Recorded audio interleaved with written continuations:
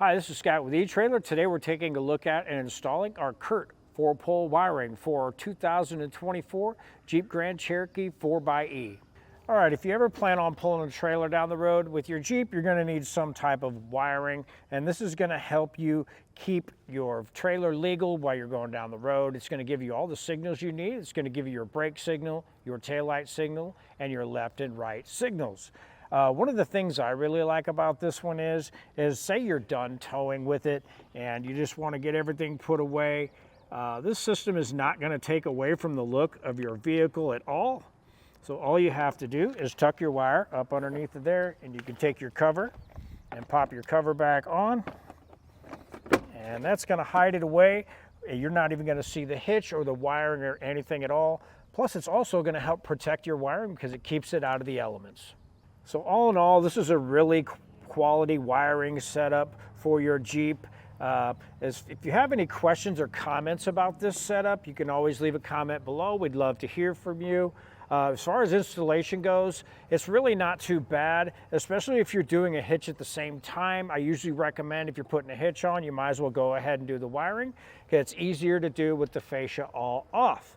Now, if it's something you don't have time to do yourself, you can always take a look at our dealer locator and get something done for you locally. If it's something you feel like doing yourself, stick around, watch our video, and we'll help you get it installed. Now, to begin our installation, we're going to have our hatch open, and we're going to need to get our tail lights out. Now, we just want to get behind our little plastic panel, and these are just going to pull straight out. We're going to have these two little clips. Just pull those out and out of the way, and we'll do that on both sides. Now, to get our taillights removed, we're going to take a T30 star bit and just back out the screws for those. And once we have that out, just pull out to the side of our taillight.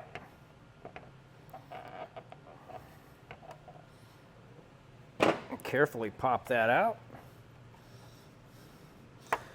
And once we have that out, pull back this red tab. Push down on the black tab just in front of that, pull that out.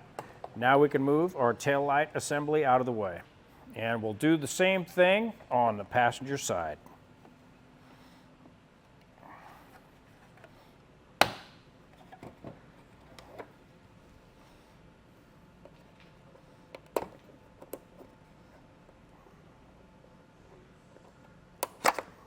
Now on the back of our fascia, we're going to have this little plastic cap. We just want to get behind that with our plastic trim panel. And behind that, we're going to have a 10mm bolt. So we're going to get that removed. Now for this installation, we are taking the fascia off because we do have some more installations to do at the rear of our vehicle.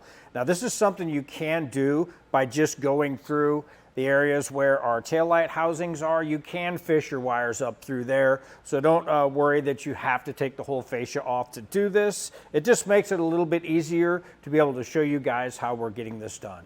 Now behind each one of our fender wells, we're gonna have some 8mm screws we're gonna need to remove. And ours has the mud flaps. It's just gonna be the same procedure.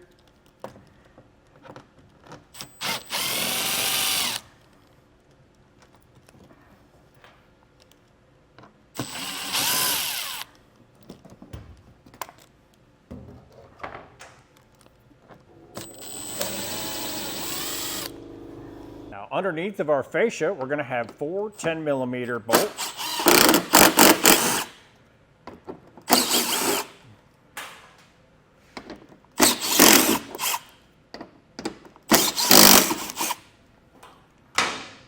And now we can remove our hitch access panel off the rear as well. Now we need to get our trim pulled back and out of the way. All we're going to do is just get our fingers down below it and carefully pull back on it and just work our way up. And there may be some little white clips behind there. If you just pinch those together, it makes them a lot easier to pop out. The little green ones you see, you're just going to have to pull those out.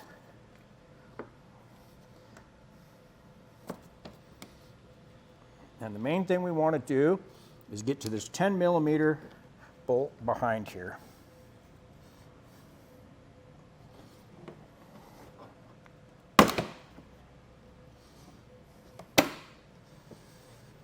Now, if this little clip pops off and it looks like that behind there, don't worry about that. You can get behind this with a trim tool, pop this back out, and it'll slide back in this spot right here.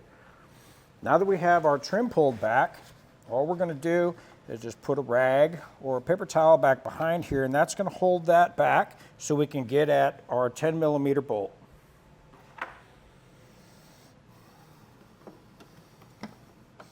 What I like to do is use a 10mm wrench. It gives me enough room to get back there, and this is a ratcheting wrench. Back it out so far just to get it loose. Now we'll just take it the rest of the way out with our fingers.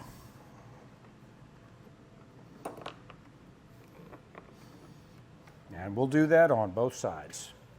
Now on each side, before we pull off our fascia, we're going to have this little plug on each side behind our wheel well. This is going to pull back on the plastic clip, push in on the plastic clip, and pop that loose. And again, we'll do that on both sides. Now to start getting our fascia off, we'll just start popping across the back and get that loosened up.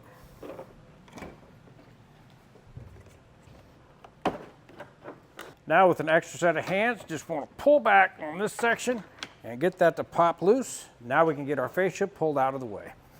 Now we need to figure out a good place to put our box, and we're going to end up putting that right over here on the passenger side. And for our wiring, we have our green and brown wire, and we're going to run that right up through this pocket up to where our factory wiring is. Now we'll just line up our slots and plug in our wire coming from our box, and then we'll click that shut, and that's going to lock it in place. Now we'll just leave those there for right now. Now our yellow wire, we're going to run that across over to our driver's side. So for now, we'll just set our box down and bring our wires across. Now we'll make our connection on our driver's side. We're going to run that through our slot. Now we'll take our factory wiring and plug in our harness from our box into that. And same thing, just click our red tab in place. Now we can get our box mounted in place. Just want to clean up the back of our box with some alcohol on a rag, and also the area where we're going to be mounting it. Want that nice and clean. Now let's get that dried off and clean. Now in your kit, you're going to have this sticky pad. Just want to get that put on the back of our box.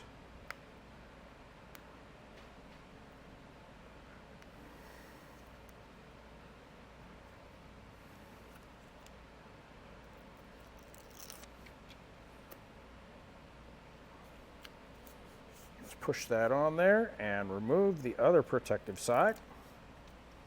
Now we can get our box put in place.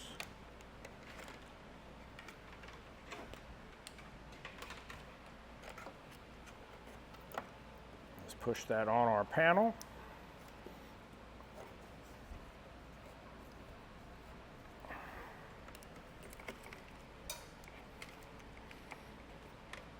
Now we can figure out our white wire, which will be our ground wire.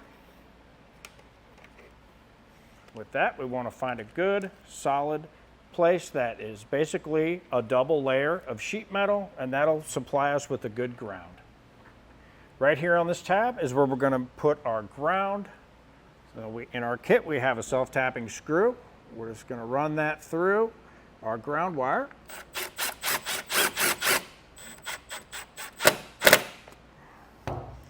What you want is to make sure that doesn't swivel anywhere, and that is going to have a good ground. Now we have our black wire coming out of our box, and that is going to be our positive wire. So we're just going to strip that back just a little bit more.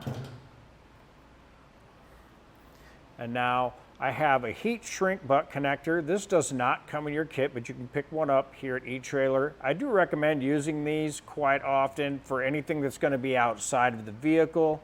This is going to supply you with a good waterproof seal on your connection. So we'll just get that crimped in place.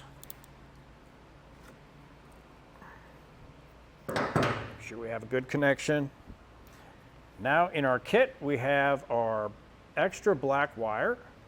I'm going to get a piece of that stripped off as well. Just twist that. We'll get that connected to our butt connector.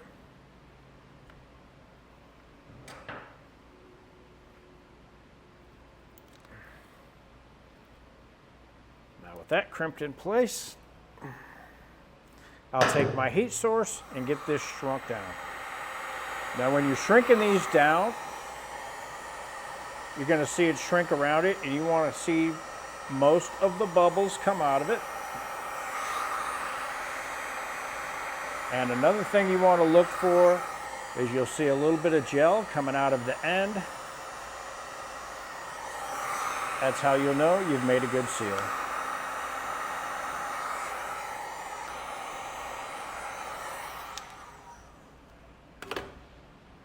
Now what we've started is getting our wires all tied up, and what I'm going to do is I'm going to run my black wire across with my yellow wire and my 4-pole wire that's going to be dropping down.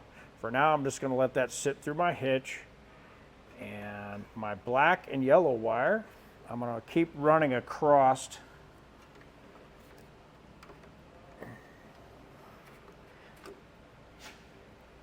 So what I want to do is just make sure that I'm getting that hung up and supported well, and all this is going to be hidden behind the fascia and protected. So I'm just using some existing holes to run some wire ties through, and just give that a good place to mount up to. Pull those nice and tight, and as you're going along, it's always nice to go ahead and trim those as you go. Now the reason we're running our power wire across to our driver's side is because that's where we're going to connect power to. And so after we get these all tied up and in place, I'll show you how we're going to get power to our box. On the inside of our driver's side, we have this panel. What we want to do is just pop this panel out. Just pull it out from the bottom. Get that to pop out.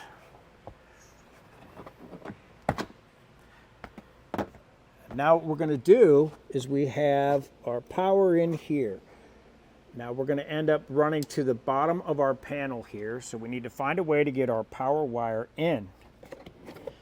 So what I have is I have this wire running through here, and that's going to come through our vent. So all I have to do at this point is push my finger through the vent, and I'll be able to pull my power wire right through there. Now that I have that in, just pull that through. Now with our black power wire through, I like to just go ahead and leave a little bit of extra on that, because I can always tuck that in down below. So what I'll do, just snip off an end. And like we did on the other wires, we'll just strip the end of that off.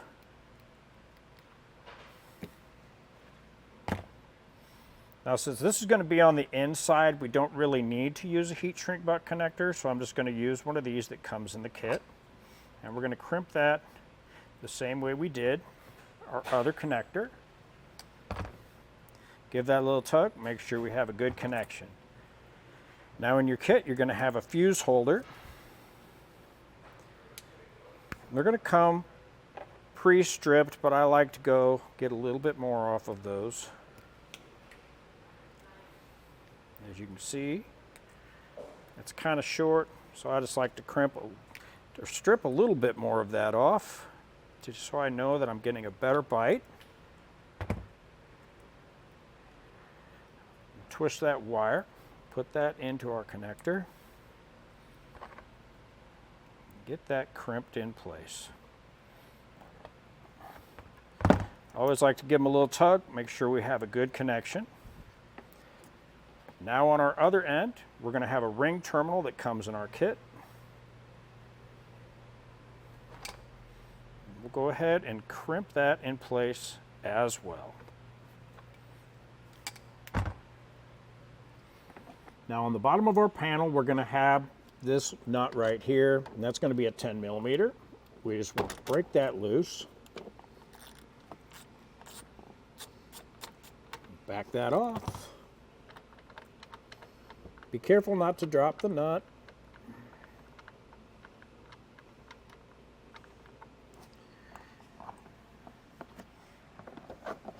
Now we'll take our ring terminal and our fuse holder.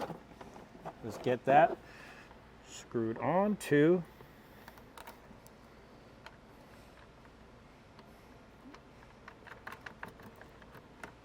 that. Go ahead and get the nut reinstalled.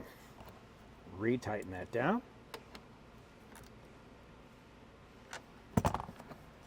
Now with that, we can go ahead and install our 10 amp fuse.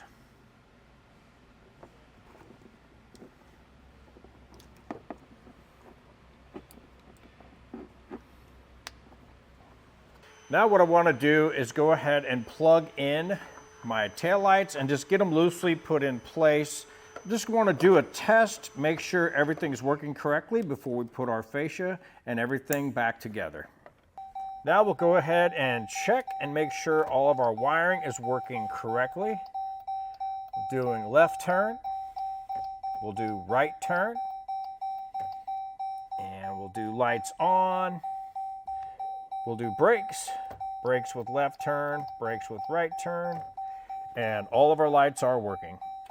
Now we pulled our tail lights back out after we had everything checked and everything's working good. So now what we're going to do is go ahead and get our fascia put back on, and if anything comes up, we have any issues, we'll let you know. Now we have our cover back installed, and that's protecting our wiring, and it hides everything real nice. And that'll do it for our installation of our Curt 4-pole wiring for our 2024 Jeep Grand Cherokee 4xe. I'm Scott with Etrailer, and thanks for watching.